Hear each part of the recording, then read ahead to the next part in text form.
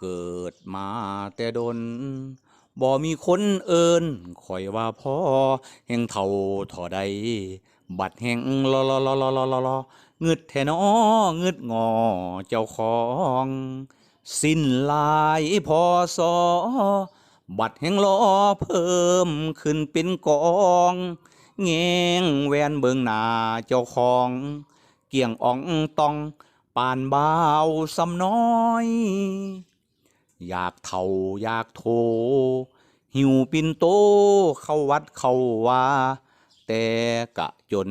ปัญญาผู้สาวโทรหาเบิดมือจนจอย